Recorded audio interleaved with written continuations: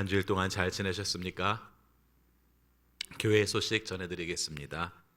지난 주간부터 사회적 거리두기 완화된 상태에서 진행되고 있습니다만은 아직은 조심해야 될 시기라서 우리가 3부 예배로 나누어 드리고 또 가정에서 온라인 예배 드리는 것으로 병행해서 진행을 하고 있습니다. 기억해 주시고요. 여러분들께서 혹시 집에서 예배를 드리시게 될 경우에는 오전 10시 45분 이후에 드릴 수 있도록 해 주시기 바라겠습니다. 수요 예배도 정상적으로 드리고 있습니다만은 수요일마다 온라인 설교를 먼저 낮 12시에 보내고 있습니다. 여러분들께서 함께 참고해 주시기를 바라겠습니다. 주일 오후 예배, 교육부서 예배, 공동식사, 소그룹 모임은 정부의 지침에 따라서 변경을 할 겁니다. 여러분들께서 기억하시고 빠른 시간 내에 정상적으로 돌아올 수 있도록 특별히 우리 자녀들이 믿음으로 온전하게 설 수 있도록 기도해 주시기를 바라겠습니다. 사순절 기간에 신약 성경 통독 우리가 함께 했는데요. 우리 함께 제출하신 분들, 완독해서 제출하신 분들에게는 사무실에서 기념품을 하나씩 드리도록 하겠습니다. 사무실에서 찾아갈 수 있도록 해 주시기 바라겠습니다. 오늘 3부 예배 후에 교육부서 예배 재개 준비를 위한 전체 교사 기도회를 모이려고 합니다. 여러분께서 기억하시고 함께 참여해 주시기를 바라겠습니다. 오늘 공동식사 쌀은 이미라 원사님께서 제공하셨고요. 그리고 한승국 집사님, 최정숙 집사님께서 지금까지 시청 앞에서 피트니스 클럽을 계속 해오셨었는데 이번에 옮겨서 좀 더 규모가 크게 기업 도시에서 우리가 피트니스 센터를 개업을 하게 됩니다. MVG 피트니스라는 이름으로 하게 되는데 이번 주 토요일 날 오전 10시에 함께 개업 예배를 드리려고 합니다. 다른 개업의 의식 같은 건 하지 않고 예배만 드린다고 합니다. 그리고 많은 분들이 함께 참석해 주시기를 바라고 있습니다. 그래서 시간 되시는 분들께서는 같이 참석할 수 있도록 하시고요. 혹시 교회에서 같이 가기 원하시는 분들은 이성진 목사님께 말씀해 주시면 고맙겠습니다. 그리고 지난 주간에 원주시에서 지원하는 도서가 170권이 우리 교회에 도착을 했습니다. 느티나무 도서관에 온 것인데요. 다른 애 비하면 한 3, 4개월 빨리 왔는데 이유가 정부에서도 끊임없이 이렇게 돈이 돌게 하려고 좀 빨리 집행을 해서 일찍 오게 되었습니다. 분류되는 대로 여러분들께서 보실 수 있도록 하겠습니다. 우리 함께 인사하겠습니다. 손을 들면서 인사하겠습니다. 주님의 이름으로 사랑합니다. 주님의 이름으로 사랑합니다. 우리 다시 한번 인사하겠습니다. 기쁨으로 예배드립시다. 다 같이 묵상 기도하심으로 주일 낮 예배 하나님께 드리겠습니다.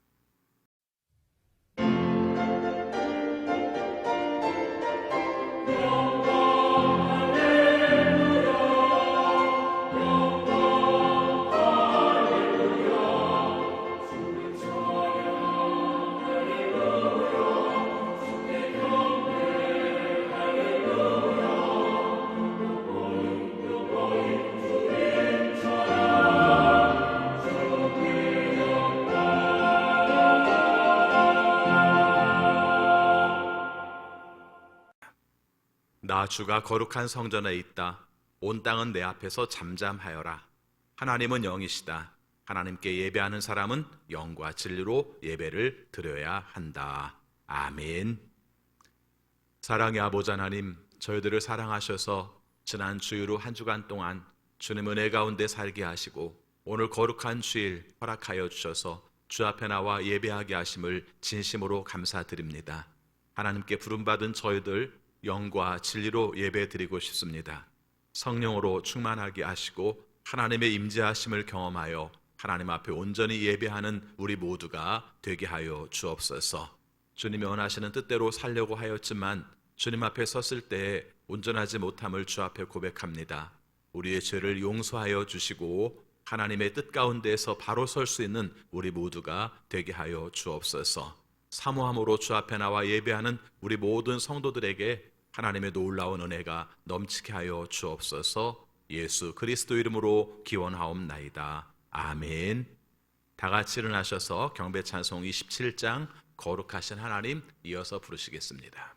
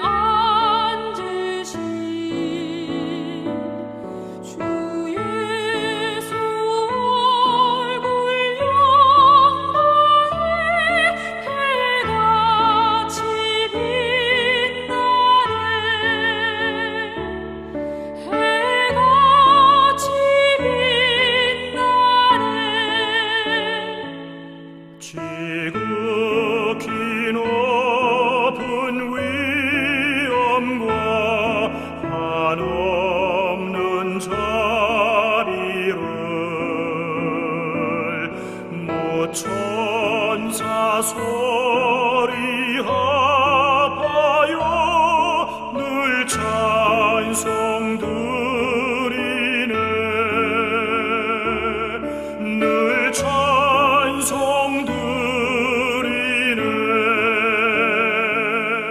영죽을 나를 살리려 그 영광 떠나서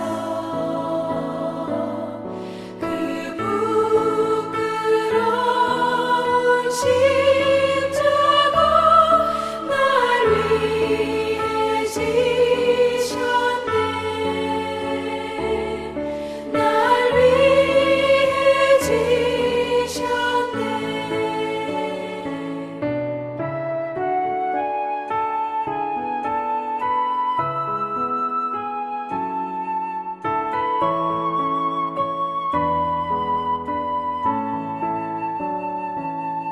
나 이제 생명 있음은 주님의 은혜요. 저 사망 권세 이기니 큰 기쁨 넘치네.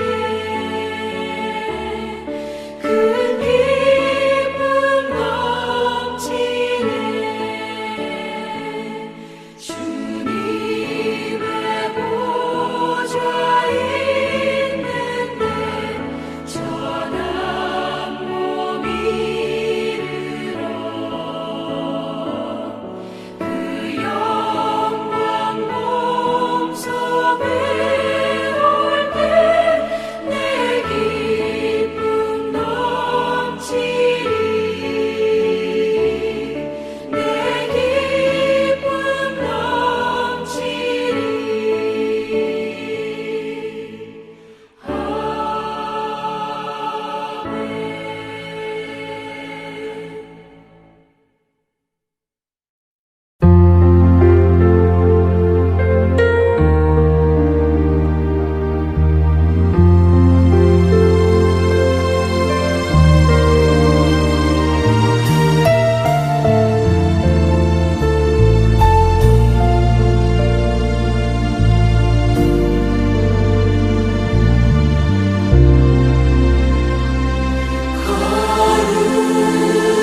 거룩하신 하나님 주께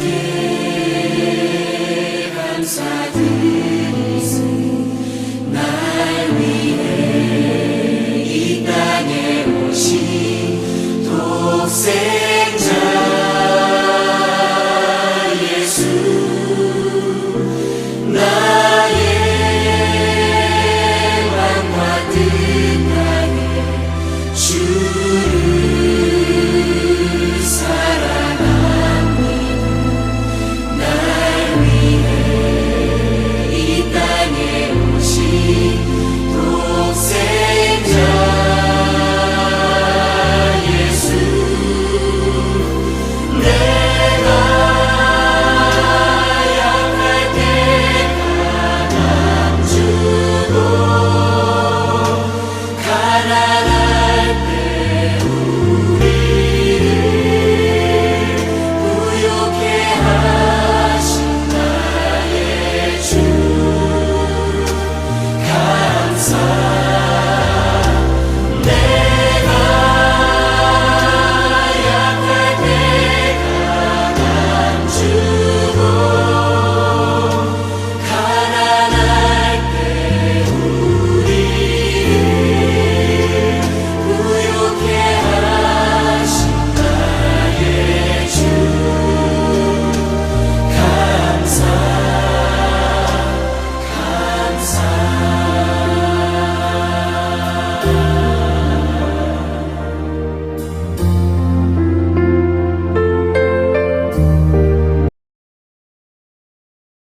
사도신경으로 우리의 신앙을 고백하겠습니다. 나는 전능하신 아버지 하나님 천지의 창조주를 믿습니다. 나는 그의 유일하신 아들 우리 주 예수 그리스도를 믿습니다. 그는 성령으로 잉태되어 동정녀 마리아에게서 나시고 본디오 빌라도에게 고난을 받아 십자가에 못 박혀 죽으시고 장사된 지 사흘 만에 죽은 자 가운데에서 다시 살아나셨으며 하늘에 오르시어 전능하신 아버지 하나님 우편에 앉아 계시다가 거기로부터 살아있는 자와 죽은 자를 심판하러 오십니다. 나는 성령을 믿으며 거룩한 공교회와 성도의 교제와 죄를 용서받는 것과 몸의 부활과 영생을 믿습니다. 아멘. 자리에 앉으시겠습니다. 이 시간 함께 기도하실 때 엄가양 선생님 기도 인도하시겠습니다. 살아서 역사하시는 하나님, 오늘도 우리에게 새날을 허락하시고 하나님의 날 이렇게 거룩한 성전에 모여 예배할 수 있도록 허락하여 주심에 감사드립니다. 주님, 정말 많은 것들이 회복되어져 가고 있습니다. 하나님의 은혜가 얼마나 큰지요. 주님, 우리가 늘 감사하며 하나님 앞에 영광과 모든 찬양 올려드리기를 원합니다. 주님, 받아주시옵소서. 주님, 그러나 여전히 고통받고 있는 주의 자녀들이 있습니다. 이 온 땅에 흩어진 주의 자녀들을 기억하시고 또한 그들의 기도를 들으시고 그들도 속히 회복되어지도록 주님 역사하여 주시고 함께하여 주시옵소서.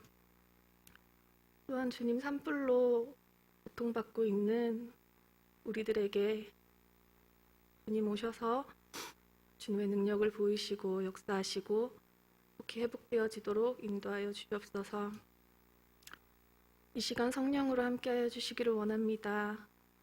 우리는 여전히 부족하고 연약합니다. 주님, 우리에게 합당한 영을 이 시간 내려주셔서 회개할 것은 회개하고 은혜 받을 것은 은혜 받고 또한 하나님 말씀을 깨닫는 지혜와 또한 하나님의 그 사랑하심이 이 시간 풍성히 넘치도록 인도하여 주시옵소서.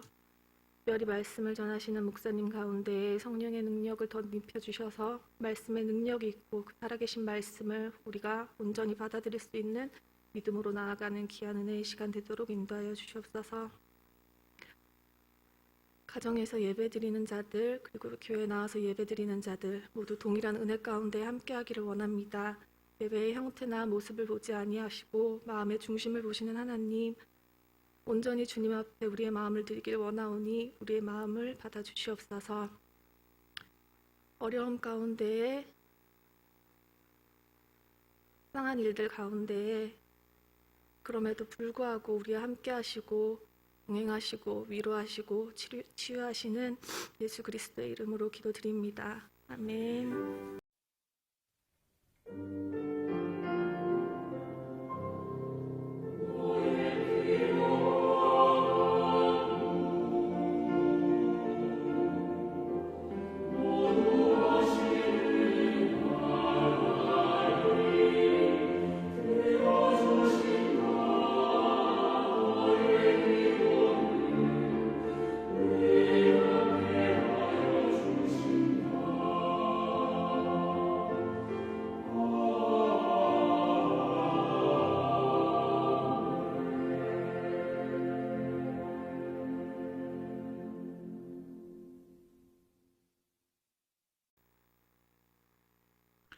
하나님 말씀 신약 성경 누가복음 24장 30절부터 35절까지 봉독하겠습니다.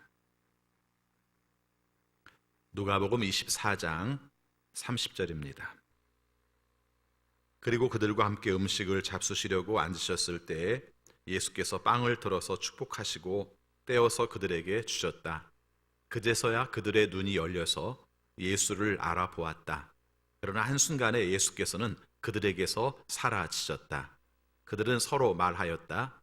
길에서 그분이 우리에게 말씀하시고 성경을 풀이하여 주실 때에 우리의 마음이 우리 속에서 뜨거워지지 않았습니까?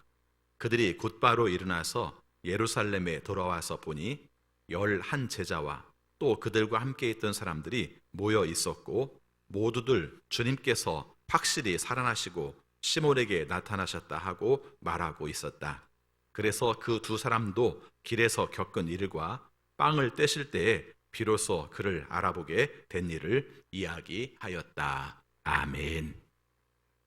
거룩한 주일 주 앞에 나와 예배하시는 여러분 모두에게 하나님의 크신 은혜가 함께 하시기를 축원합니다. 사람이 본다고 말하는 게 눈을 뜨면 다 보이는 것 같습니다만은 의외로 보지 못하는 것들이 많습니다. 내 시각의 범위 안에 들어와야 보고요. 또 내 의식이 거기에 가 있어야 봅니다. 지나갔음에도 불구하고 어떤 사람은 보고 어떤 사람은 보지 못하기도 합니다. 더군다나 요즘은 마스크를 쓰고 다녀가지고 이 사람인지 아닌지 모를 때가 참 많습니다. 저희가 목사관을 옮기고 나서 걸어가 다니는 시간들이 좀 많은데 가끔씩 그런 생각이 들어요. 우리 교인들을 내가 못 알아보는 건 아닌가 그런 생각이 듭니다. 근데 다 알아봐요. 그렇죠? 그분도 나를 알아보고 나도 그분을 알아봅니다. 얼굴이 반이 가려지고 눈밖에 안 보이는 것 같지만 우리가 익숙하게 봤던 것들이 있어서 그 형태, 어떤 옷 이런 것들이 그 사람인 것을 우리가 알게 하는 것 같습니다. 그러나 의외로 가까이 있었지만 내가 가지고 있는 어떤 선입견 때문에 다른 것들을 보지 못하게 하는 경우도 많이 있습니다. 오늘 이런 말씀을 꺼낸 이유는 오늘 함께 읽은 말씀의 본문이 그런 내용들이 있습니다.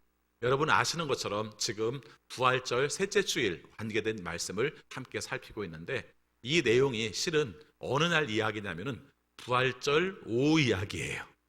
그렇죠? 우리는 아직도 부활절 오후에 있는 겁니다. 그래서 부활절 오후에 있었던 이야기를 우리가 함께 소개를 하려고 합니다. 오늘 함께 나오는 사람들의 이야기를 보통 엠마오로 가는 두 제자 이렇게 우리가 지칭을 하고 있고요.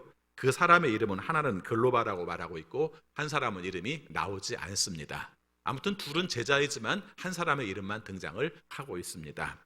이 사람들이 예수님의 부활의 소식을 들었습니다. 무덤이 비어있다는 것도 들었고 또 한편으로는 마리아는 그 무덤에서 예수님을 만났다는 이야기도 들었습니다. 직접적으로 자기가 보지는 못했지만 들었습니다. 근데 그 들은 말이 어떻게 이 사람들로 하여금 다른 곳으로 가게 했는가? 이게 오늘 말씀 속에서 중요한 질문일 수 있습니다. 그렇죠? 예수님이 죽으셨습니다. 그리고 살아나셨습니다. 그분은 부활하셨습니다. 누구도 보고 누구도 봤습니다. 또 직접 보지는 못하지만 빈 무덤을 보았습니다. 라는 우리가 생각할 때 부활의 희망의 메시지라고 생각하는 이 말씀이 그 사람들에게는 결코 그러지 못했다는 것입니다. 그래서 이 사람들은 예루살렘을 등지고 다른 고향을 향해서 갑니다.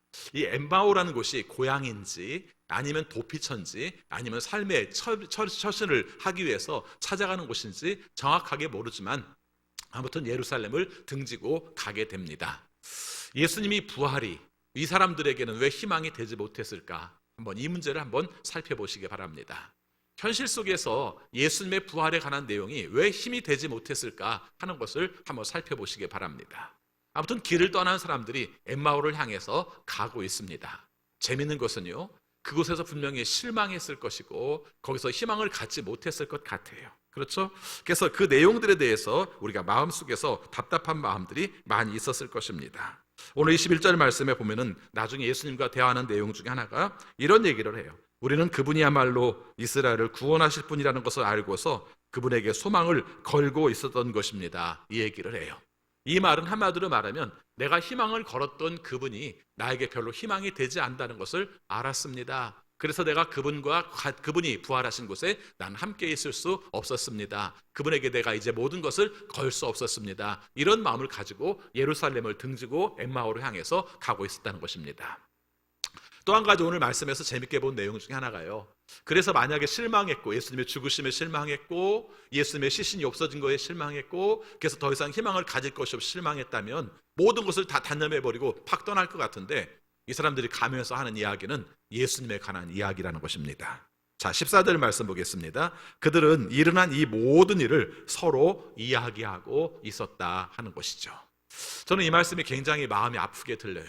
우리식으로 말하면 교회에서 속상하고 예수님에 대한 희망이 없어지고 하나님이 나와 함께 하신다는 걸 느끼지 못해서 나는 더 이상 교회 다닐 이유가 없고 하나님을 믿을 수 없어라고 말하지만 밖에 나가서는 여전히 우리는 무슨 말을 합니까? 교회 이야기를 하고 신앙생활했던 이야기를 하는 가난한 시자들의 모습과 너무 비슷하게 보였습니다. 아무튼 그런 과정 속에서 이 사람이 가고 있었습니다. 자, 그림 한번 보여주시죠. 그리고 나서 이 사람들이 이야기를 할 때 이 사람들이 걸어가는 과정 속에 한 사람이 동행하고 걸었습니다. 보여요? 세 번째 사람 보입니까? 여러분들은 영안이 열리신 거예요. 그래서 지금 예수님이 보이는 거예요. 이 그림을 그린 사람이 참 굉장히 인상 깊게 그리지 않았습니까? 독일 화가 자넷 브룩스 게를로프라는 사람이 그린 그림이라고 합니다.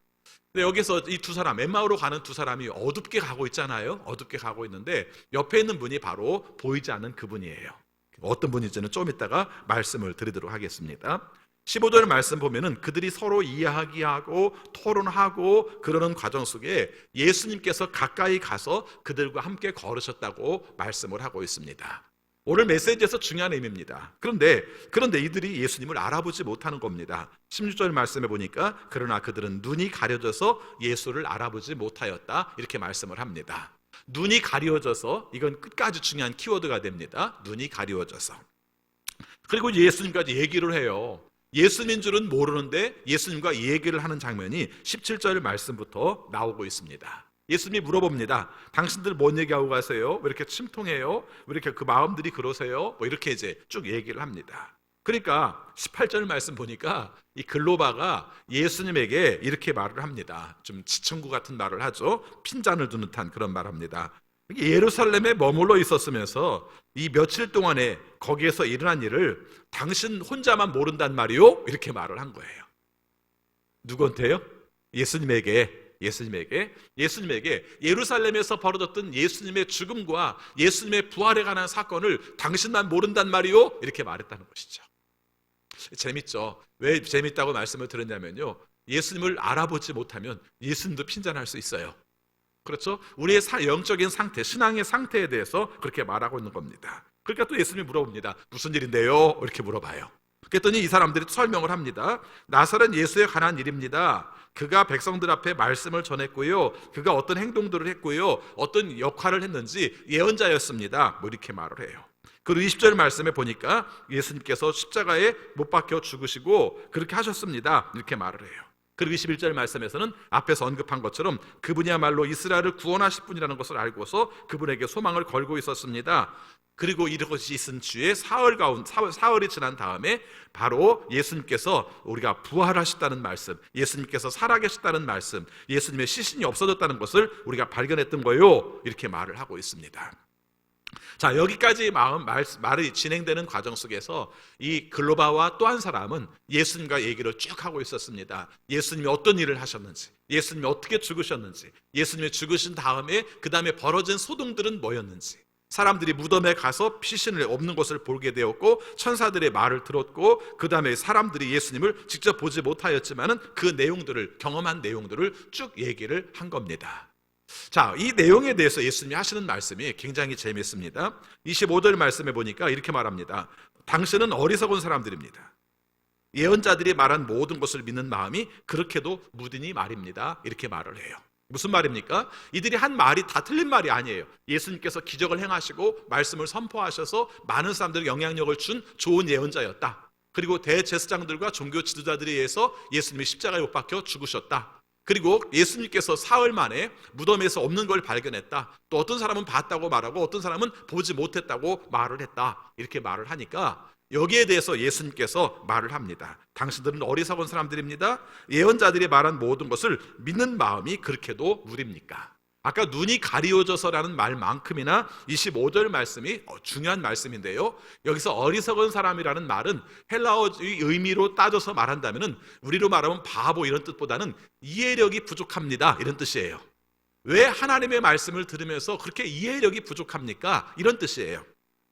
그런 다음에 성경에 있는 모든 말씀들을 한번 보세요. 거기에서 말씀을 들음에도 불구하고 어떻게 그 말씀을 그렇게 깨달을 수가 없습니까? 이렇게 말하죠. 쉽게 말하면 눈만 닫힌 게 아니라 말씀의 이해력도 닫힌 거고요.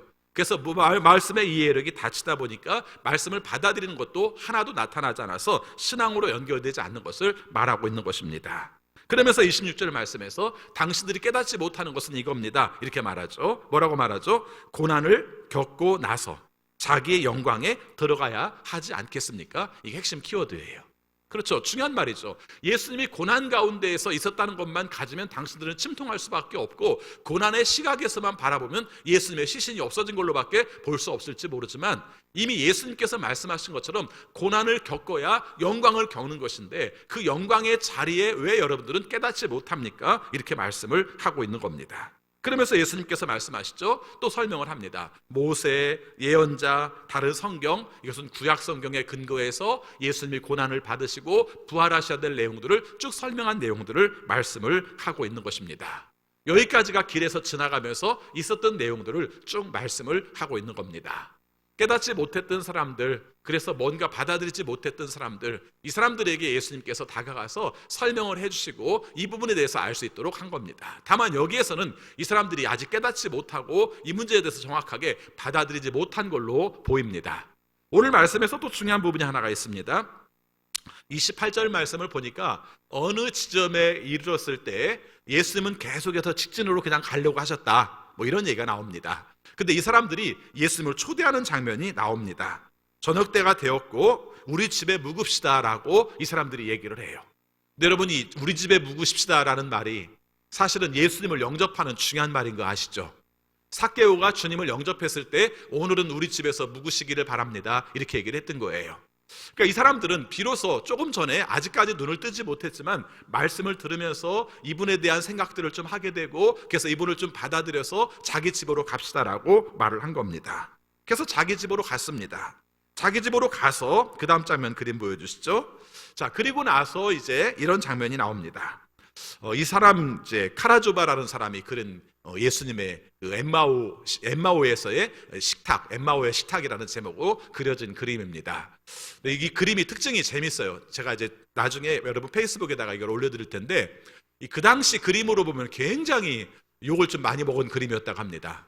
세속적으로 그렸다는 것이죠. 그래서 예수님이 얼굴도 막 근엄하지도 않고 수염도 없고, 그 다음에 뒤에 후광도 없고, 뭐 이렇게 해서 좀 말을 많이 들었다고 합니다. 그리고 좀 자세히 보면 막 손톱에 때도 끼어 있답니다. 그래서 일상 속에 함께 찾아오신 예수님에 관한 그림. 그래서 그림 자체는 16세기 그림인데도 불구하고 굉장히 좀 거룩하지 않게 우리와 친근한 형태의 그림으로 그렸다고 합니다.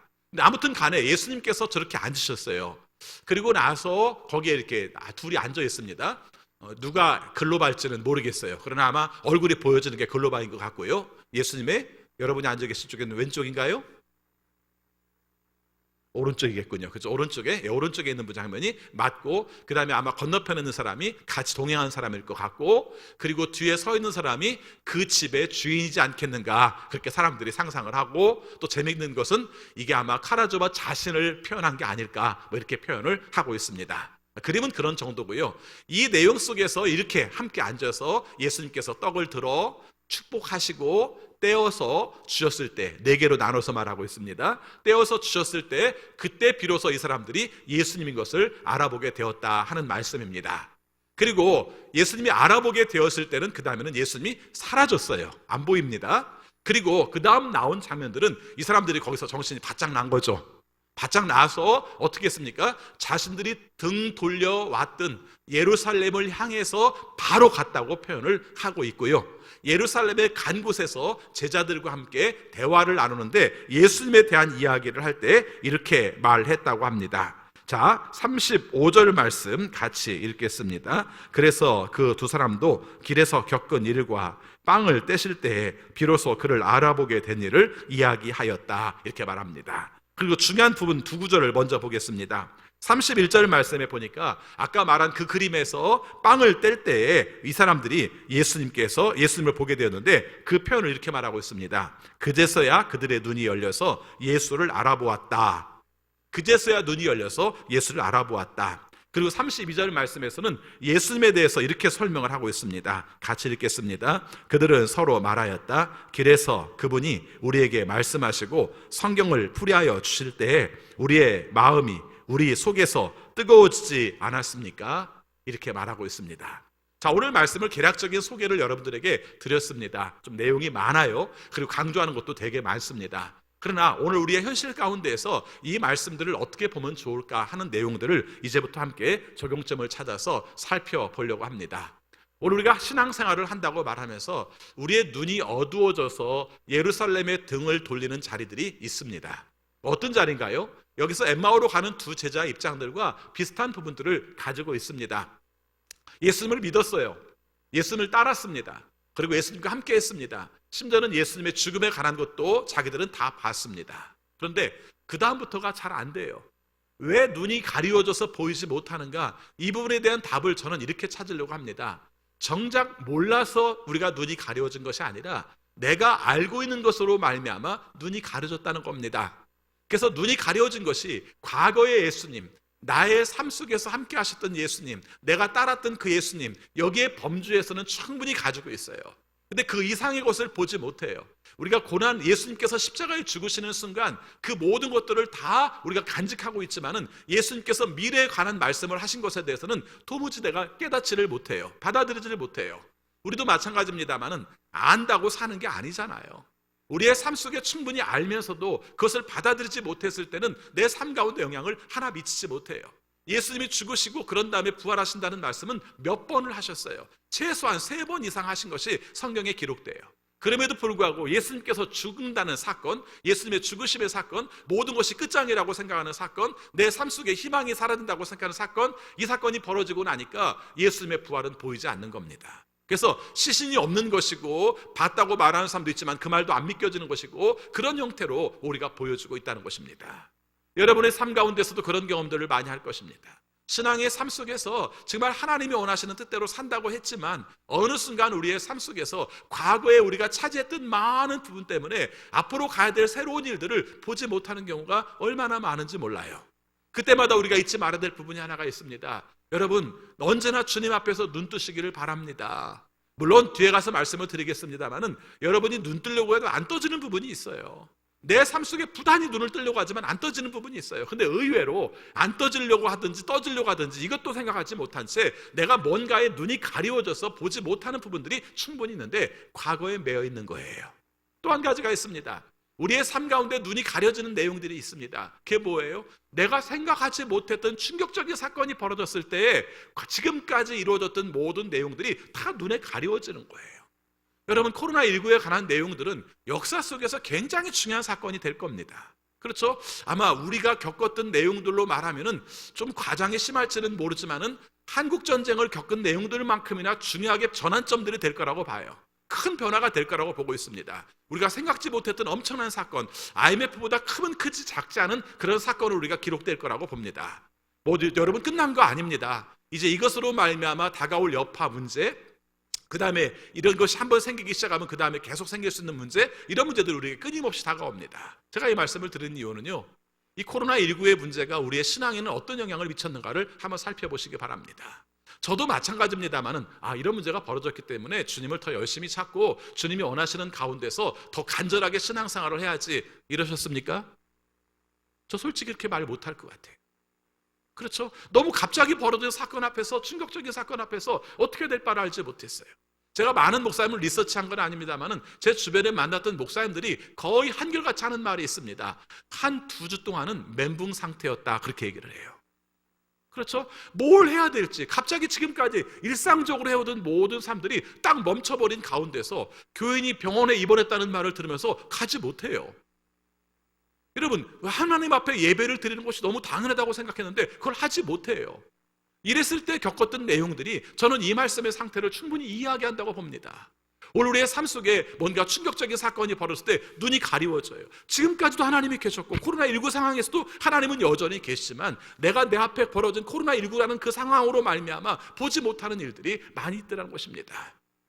어디 그것만 있겠습니까? 한 사람 한 사람에게 주어지는, 다른 사람은 모르지만 내 삶 가운데 벌어지는 충격적인 일들이 예수님을 바라보지 못하게 하고 예수님을 소망 가운데 계셨던 분이라는 것을 깨닫지 못하게 하는 상황들이 우리에게 충분히 있을 수 있다는 것을 오늘 말씀은 가르쳐주고 있습니다. 그런데요, 이 문제 앞에서 어쩌면 당연하다고 생각하고 어쩔 수 없다고 생각하는 이 문제 앞에서 가장 중요한 말씀은 예수님께서 그 자리에 찾아오셨다는 것입니다. 저는 이 말씀이 너무 좋아요. 여러분, 생각해보면 베드로, 요한, 그 다음에 예수님의 무덤을 찾아갔던 여인들, 이런 사람들은 예수님의 무덤을 찾아갔어요. 그곳에서 부활의 현장을 경험했다면 엠마오로 가는 2 제자의 예수님의 부활의 체험은 어디서 이루어집니까? 도망가는 자리에서 이루어졌어요. 예루살렘을 등지고 자기의 고향으로, 이제는 희망이 없다고 생각해서 나는 나의 길을 가야겠다고 생각하는 자리, 이 자리에 예수님께서 찾아오셨다는 것입니다. 그래서 저는 이 말씀이 너무 좋아요. 오늘 우리의 삶 속에서 나는 보잘것도 없고 과거에 매여 있든지 아니면 지금 보여지는 충격적인 사건에 매여 있어서 더 이상 아무것도 보지 못하겠다고 생각하는 그 순간 예수님께서는 우리와 동행하고 계시더라는 것입니다. 여러분, 이것이 우리의 삶 속에서 보여주시는 그런 말씀이에요. 오늘 우리의 삶 속에서 정말 하나님 앞에서 하나님의 역사하심 가운데서 여러분들이 강조하고 싶은 말씀이 있다면, 여러분이 절망적이라고 생각하고 여러분이 희망 없다고 생각하고 여러분의 삶 가운데서 나는 도무지 미련해서 어둔해서 깨닫지를 못해서 어쩔 수 없는 생각이라고 생각한다면 이 말씀으로 힘을 얻으시기 바랍니다. 다만 여러분이 아직 보지 못할 뿐이죠. 아까 그 그림에서 함께 걸어가고 있지만 예수님을 보지 못할 뿐이죠. 그 그림을 여러분 늘 계속 기억을 하세요. 내 삶 가운데에서 뭔가 답답하고 힘든 그 순간에도 예수님은 바로 거기 계셨어요. 다만 우리가 보지 못했을 뿐이죠. 근데 그것을 보게 하는 게 어디 있습니까? 하나님의 말씀이라는 겁니다. 교회 나오면 맨날 말씀이 똑같잖아요. 성경 말씀 읽으십시오, 기도하십시오, 하나님께 예배하십시오. 똑같을지 모르는데 그게 제일 중요해요. 오늘 말씀에서도 이 사람들이 깨닫고 비로소 보게 되는 순간이 어디였습니까? 바로 말씀을 설명해 줄 때, 말씀을 깨닫게 했을 때 이 사람들이 비로소 마음이 뜨거워지는 것을 경험해요. 신앙이란 다른 거 아니에요. 말씀을 들음으로, 말씀이 이해됨으로 말미암아 우리가 깨닫게 될 때 마음이 뜨거워지는 게 신앙이에요. 오늘 여기서 말씀에서도 말씀을 풀어주었다라는 말 때 이 말도 원어에서 볼 것 같으면 열다라는 뜻과 똑같습니다. 열다, 그래서 말씀을 열어준다는 뜻과 똑같아요. 닫혀 있어요. 보지 못해요. 그것을 갖다가 오픈함으로 말미암아 그것을 보게 만들어주시는 것이 바로 예수님이라고 말씀하고 있습니다. 여러분, 어려움 가운데서 우리의 삶 속에서 현실밖에 보이지 않아서 하나님 말씀에 보이지 않을 때 말씀으로 여러분들의 눈이 열려지기를 바랍니다. 우리가 굉장히 넓게 보는 것 같지만요, 우리가 우리 눈을 가리는 것이 지구 전체가 우리를 가리는 게 아니에요. 손바닥 하나로 세상을 다 가릴 수 있어요. 그렇죠. 내 눈앞에 있는 손바닥, 장애물이 내 삶 가운데서 큰 것이 아니라 장애물이라고 생각하는 이 손바닥만한 이 사이즈가 결국 우리의 눈을 다 가릴 수 있는데, 이것을 열게 하는 것이 어디 있겠는가? 오늘 말씀에서는 예수님의 말씀이라고 표현을 하고 있습니다.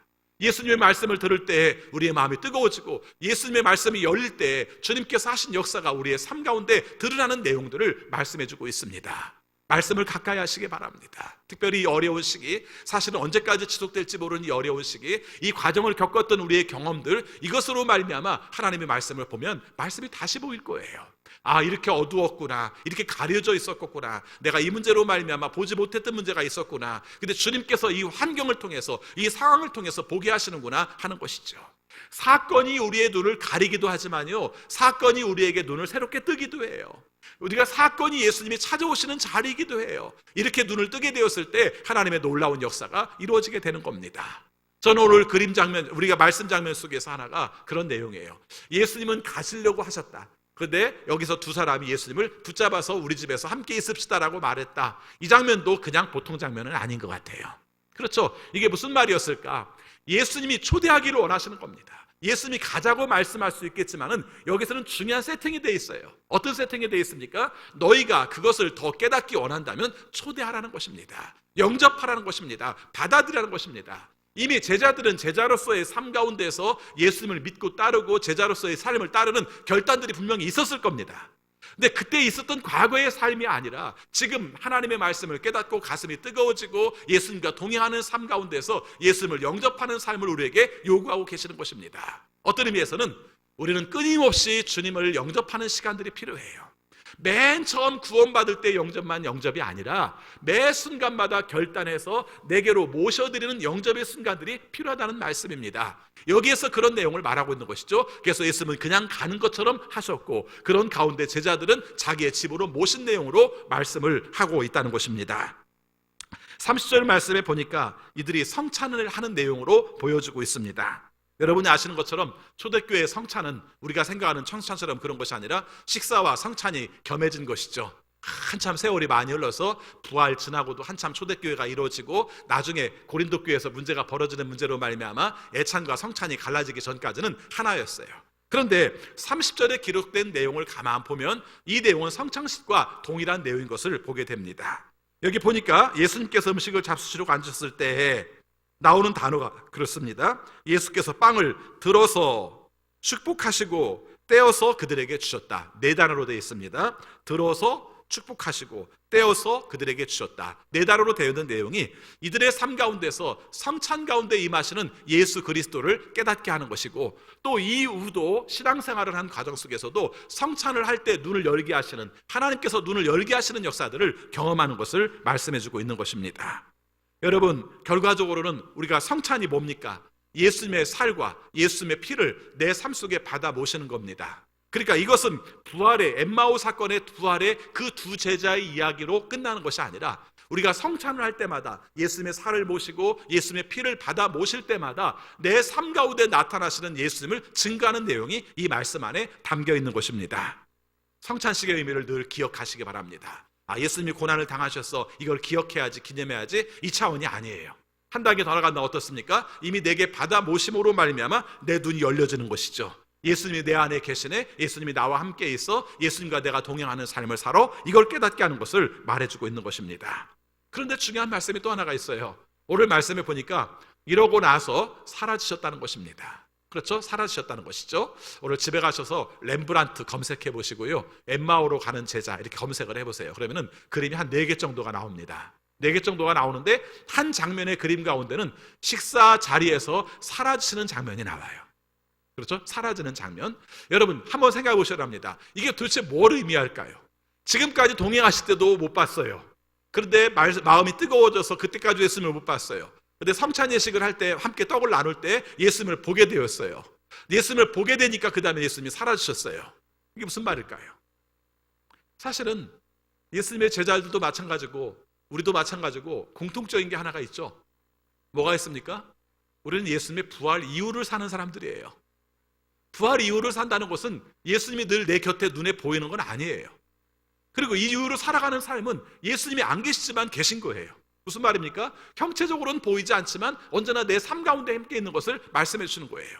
이 장면을 그렇게 표현한 것이죠. 그래서 예수님께서 계셨었지만 이제는 보이지 않는다. 그러나 우리의 삶 가운데 계십니까? 안 계십니까? 계신다. 마음이 뜨거워지고 눈이 열리니까 그때부터는 부활하신 예수님이 내 삶 속에 함께 하시는 것을 경험하고 살게 되었다는 것을 말씀하고 있습니다. 이걸 어떻게 알아요? 이 사람들이 변화되었잖아요. 지금까지는 예루살렘을 등지고 온 사람들이 이제는 예루살렘을 향해서 가잖아요. 내 삶 속에 내가 소망이 없다고 생각해서, 내가 싫다고 생각해서 거기서 떠나온 자를 향해서 가잖아요. 이게 어떻게 가능했습니까? 눈이 열리고 그 다음에 마음이 뜨거워졌기 때문에 가능했다는 것입니다. 부활을 경험했다는 것은 그겁니다. 예수님의 시신을 봤어? 부활하신 예수님의 몸을 만졌어? 이게 아니에요. 복음서의 내용을 볼 것 같으면 예수님의 부활에 관한 내용들이 나올 때마다 보지 못한 이야기들이 참 많아요. 그렇죠? 그것을 믿지 못한 이야기들이 참 많아요. 그것이 불신앙의 문제일 수도 있지만 그게 아니에요. 그 문제보다는 부활 이후로 예수님의 형체를 보지 못하는 세상에 살아가는 사람들의 이야기를 말해주고 있는 거예요. 그래서 우리의 삶 속에서 어떤 사건이 벌어졌을 때 때로 눈이 가려지기도 하고 마음이 차가워지기도 하고 이런 삶을 살 수도 있겠지만, 그때마다 내 곁에 계신 주님을 경험하고 성찬을 통해서 하나님의 말씀을 들으면서 우리의 마음들이 열리고 우리의 마음들이 뜨거워져서 그 가운데서 예수님을 보게 되면 그것이야말로 부활 이후의 삶 가운데서 예수님을 보고 사는 삶이라는 것을 우리에게 말씀해주고 있습니다. 오늘 말씀을 정리하려고 합니다. 35절 말씀에 보니까 이 사람들이 예루살렘에 가서 제자들과 함께 만나 이야기할 때 그 사람들도 비로소 부활의 얘기를 하는 사람이 되었어요. 다른 사람들도 부활 얘기를 해요. 주님께서 확실히 나타나셨고 시몬에게 나타나셨다라고 다른 사람들이 얘기를 하니까 이 사람들도 비로소, 두 사람들도 비로소 길에서 겪은 일, 빵을 떼실 때 그를 알아보게 된 일을 얘기하면서 자신의 부활에 관한 이야기들을 하고 있다는 것입니다. 여러분, 오늘 우리의 삶 가운데서 부활을 체험하는 여러분들이 되시기를 바랍니다. 나중에 죽어서 나 부활하고 이렇게 말하지 마세요. 오늘 이야기는 그런 부활 얘기 아니에요. 예수님이 부활하신 것을 지금 경험해서 내 삶 가운데서 마음이 뜨거워지고 눈이 열려짐으로 말미암아 예수님을 증거하는 삶으로 변화된 내용들을 말해주고 있어요. 오늘 삶의 환경 속에서도 절망의 상황이었잖아요. 예수님이 죽으셨다는 절망의 상황이었잖아요. 그것이 눈 가리게 했을지 모르지만, 과거에는 우리가 봤지만 지금 현재로서의 삶 가운데는 소망에 대해서는 아무것도 기대할 수 없어서 눈 가리게 됐지만, 주님의 말씀을 만나면, 주님의 능력을 경험하면 그것 가운데서 역사하시는 은혜를 경험할 수 있다는 것을 말해주고 있습니다. 코로나19를 겪고 있는 현실 속에서 여러분도 겪고 저도 겪고 이 시대가 모두가 겪고 있는 공동 운명체적인 내용을 겪는 상황 속에서 예수님은 도대체 어떤 분이시고, 예수님 우리에게 어떤 의미가 있고, 예수님 우리의 삶 가운데서 어떻게 부활하신 분으로서 우리에게 다가오시는가를 우리는 질문할 필요가 있습니다. 다만 바라기는 여러분들이 예수님을 가까이 계신 것을 발견했으면 좋겠어요. 여러분이 발견하고 싶다고 발견되는 건 아니고 예수님께서 나타나 주셔야 가능하지만 한 가지 우리가 할 수 있는 것은 있습니다. 그게 뭡니까? 우리가 간절히 기도할 수 있다는 것이죠. 주님, 눈 뜨게 하여 주옵소서. 주님, 우리의 마음이 뜨거워지게 하여 주옵소서. 그래서 우리의 삶 가운데서 역사하시는 부활을 경험하게 하여 주옵소서. 주님과 동행하는 삶을 살게 하여 주옵소서. 그래서 이 세상이 새롭게 보이게 하여 주시고, 우리가 지금 세상이 하나도 변화된 것이 없지만은 주님의 부활의 능력을 경험함으로 말미암아 우리가 새롭게 살아야 될 세상, 우리가 들어가야 될 세상, 우리가 세상 속에서 역할을 감당해야 될 세상을 온전히 볼 수 있는 우리가 되게 하여 주십시오. 간구할 수 있는 우리 모두가 되시기를 축원합니다. 기도하겠습니다. 아버지 하나님, 저희들을 사랑하셔서 오늘 엠마오로 가는 두 제자의 말씀을 통해 우리 자신을 보게 하심을 감사합니다. 예수님의 제자였지만, 예수님의 말씀을 듣고 예수님의 기적을 보았지만, 그리고 심지어는 예수님의 죽음까지 보았지만, 그리고 예수님이 부활하실 것이라는 말씀을 들었지만, 자신들에게 벌어진 사건, 자신들이 감당하기 힘든 사건, 그래서 부활의 내용들을 경험하지 못하는 제자들의 모습을 보았습니다. 그리고 우리도 그렇습니다. 우리가 예수님을 믿었습니다. 예수님이 원하는 뜻대로 살았습니다. 그러나 우리의 현실 가운데서 너무 충격적인 일들이 벌어졌을 때 과거의 예수님은 기억할지 모르지만 앞으로 예수님, 우리에게 임하실 예수님을 보지 못하여 눈이 가리워져서 눈이 닫힌 상태로 있음을 주 앞에 고백합니다. 우리의 눈을 열어 주옵소서. 주님께서 말씀을 들려주심으로 우리의 마음도 뜨겁게 하여 주옵소서. 그래서 주님께서 우리의 삶 가운데 함께 하심을 경험하여 우리가 등 돌리고 와서 두려움과 공포 가운데 살던 자리가 아니라 이제 주님께서 원하시는 뜨거운 자리, 주님께서 원하시는 증거의 자리, 그리고 주님께서 원하시는 희망의 자리로 나갈 수 있는 우리 모두가 되게 하여 주옵소서. 우리를 만나 주옵소서. 우리의 눈을 뜨게 하여 주옵소서. 우리의 마음이 뜨겁게 하여 주셔서 주님을 영접하였을 때 주님의 은혜로 살아갈 수 있는 우리 모두가 되게 하여 주옵소서. 예수 그리스도 이름으로 기도하옵나이다. 아멘. 찬송가 366장 부르시면서 봉헌하시겠습니다.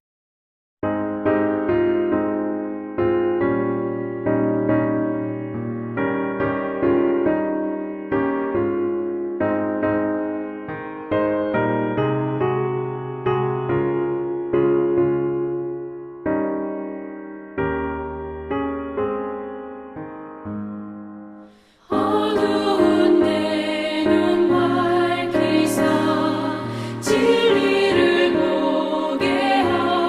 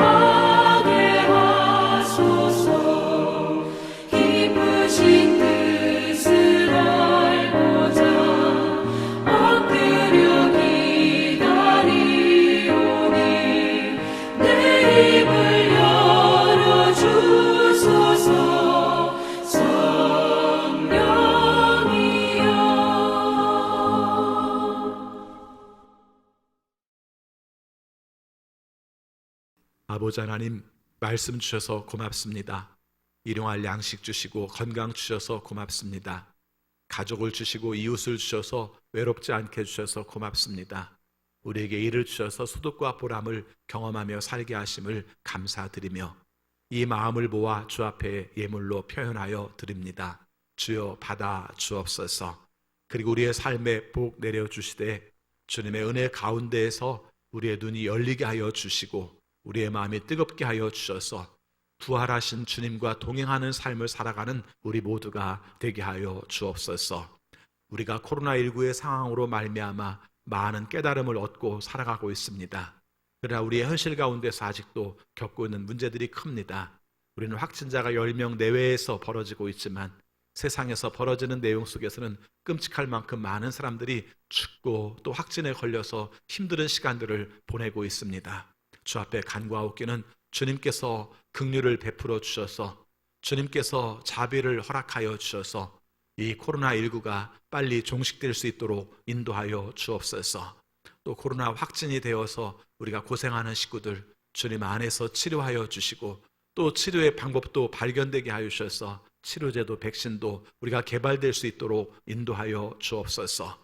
이 일들을 위해서 정말 희생하며 우리가 노력하는 우리 의료진들을 기억하여 주시고 또 방역 당국과 그 국가 정책을 수립하는 분들을 기억해 주셔서 주님의 지혜로 잘 감당하고 잘 저지할 수 있도록 도와주옵소서. 아버지, 경제적인 어려움들이 큽니다. 또 앞으로도 이 시간들이 얼마나 길어질지 저희들이 잘 알지 못합니다. 해고당할 수밖에 없는 환경, 또 우리가 수입이 불안전할 수밖에 없는 환경 주님께서 기억하여 주셔서 특별히 자영업자들과 또 일용 고용노동직에 있는 분들을 주님께서 기억하여 주셔서 하나님 은혜 가운데 이 시간들을 잘 감당하고 또 이겨내고 살아낼 수 있도록 인도하여 주옵소서. 강호길 선교사님 무사히 귀국하게 하심을 진심으로 감사합니다. 자가 격리 기간에도 주님께서 친히 함께하여 주셔서 어려움 없게 하여 주시고 또 좋은 모습으로 만날 수 있도록 인도하여 주옵소서. 그러나 지금 터키에서 미얀마에서 또 우리가 함께 사역하는 식구들을 기억해 주셔서 하나님의 은혜 가운데에서 어렵고 힘든 시간들을 보내지만 우리가 주님의 능력 가운데에서 이 시간들을 잘 감당해 나갈 수 있는 선교사님들이 되게 하여 주옵소서. 우리나라를 기억하여 주옵소서. 이 여파가 얼마큼 갈지 저희들 알지 못하지만 주님께서 도우심으로 잘 극복하게 하여 주옵소서. 세계 모든 나라에서 가장 우리가 완벽하게 방역을 감당하고 있는 것 하나님의 은혜임을 고백합니다. 주님 앞에서 이 일들이 온전하게 끝까지 잘 감당될 수 있도록 도와주옵소서. 그러나 이 일 외에도 우리의 주변 관계 속에서 많은 변화들이 있습니다. 북한의 변화, 우리가 또 외국과의 관계, 특별히 미국과의 관계 속에서 온전한 관계들을 잘 형성할 수 있어서 주님의 뜻으로 세워질 수 있도록 인도하여 주옵소서. 아버지, 우리가 이 일들을 가운데서 함께하여 주시되 학교 학생들이 아버지 온라인 개학 상태인데 이제 오프라인 개학을 위해서 준비하는 과정 속에 있습니다. 이 일들이 완전하게 잘 이루어질 수 있도록 그래서 모든 생활의 방역들이 이루어질 수 있는 시기가 올 수 있도록 주여 도와주옵소서. 이 상황에서도 또 병원에서 치료받는 식구들, 또 진료를 받고 있는 식구들, 또 항암 치료받고 있는 식구들이 있습니다. 주님께서 기억하여 주시고 하나님의 은혜 가운데 고침받고 세임 얻어 주의 뜻으로 온전하게 희망 있게 살아갈 수 있도록 인도하여 주옵소서. 특별히 오랜 기간 동안 교회에 나오지 못한 우리 온라인 예배를 드리는 식구들도 기억하여 주셔서 어느 곳에 있든지 주님의 돌보심을 경험하며 주님의 인도하심을 통해 하나님과 더 가까워질 수 있도록 인도하여 주옵소서. 교회는 나오지 못하지만 교회에 대한 간절함은 더 큰 줄 압니다. 그 마음속에 임하시는 하나님의 은혜를 허락하여 주옵소서. 세상을 향해 나갑니다. 우리에게 맡겨주신 능력을 가지고 하나님이 원하시는 뜻을 따라 살아갈 때마다 하나님께서 동행하시는 은혜를 경험하게 하여 주옵소서. 예수 그리스도 이름으로 기도하옵나이다. 아멘. 다 같이 일어나셔서 결단의 찬양 부르시겠습니다.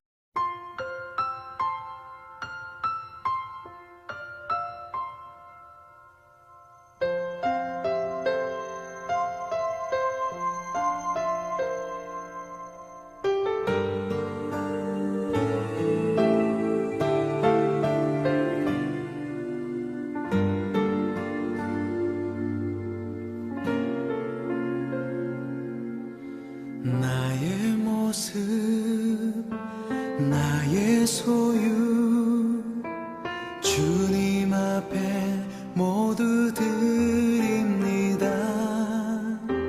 모든 아픔 모든 기쁨 내 모든 눈물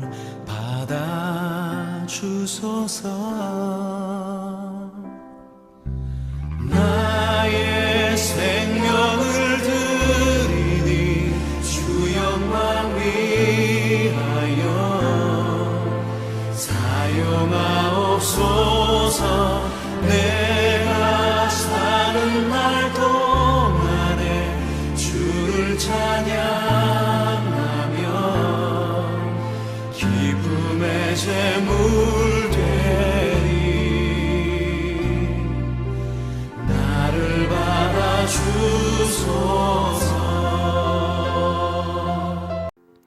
우리 주 예수 그리스도의 은혜와 거룩하신 하나님의 사랑하심과 성령님의 감화, 감동, 역사, 교통, 위로하심이 오늘도 고난 가운데에서 우리의 눈이 가려져 있을 때 찾아와시는 주님을 만나 영접함으로 눈 뜨고 마음 뜨거워져 이 세상에서 살기 원하는 우리 모든 성도들에게 지금부터 영원까지 함께하옵시기를 축원하옵나이다. 아멘.